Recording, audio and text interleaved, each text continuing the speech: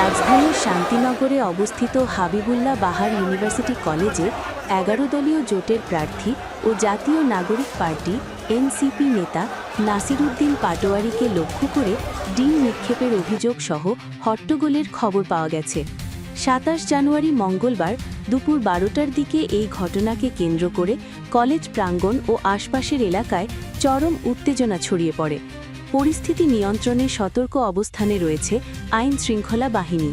প্রত্যক্ষদর্শীরা জানান, হাবিবুল্লাহ বাহার কলেজে আয়োজিত একটি পিঠা উৎসবে যোগ দিতে দুপুরে সেখানে যান শাপলাকলি প্রতীকের প্রার্থী নাসিরুদ্দিন পাটোয়ারী। তার উপস্থিতিতে সাধারণ শিক্ষার্থীদের একাংশের মধ্যে উত্তেজনা শুরু হয়। এক পর্যায়ে একদল শিক্ষার্থী তাকে উদ্দেশ্য করে স্লোগান দিতে থাকেন এবং একের পর এক ডিম নিক্ষেপ করেন। উদ্ভূত পরিস্থিতিতে তিনি কলেজ থেকে বের হয়ে সামনের রাস্তায় বসে পড়েন। রাস্তায় বসে গণমাধ্যমের সঙ্গে আলাপকালে নাসিরুদ্দিন পাটোয়ারী এই ঘটনার জন্য সরাসরি ছাত্রদল ও যুবদলকে দায়ী করেন। তিনি বলেন, ছাত্রদল ও যুবদল আজকে পরিকল্পিতভাবে সন্ত্রাসী হামলা করেছে। আমি মির্জা আব্বাসকে বলবো এই সন্ত্রাসী কার্যকলাপ বন্ধ করেন। এভাবে হামলা করে আমাদের ভয় দেখানো যাবে না।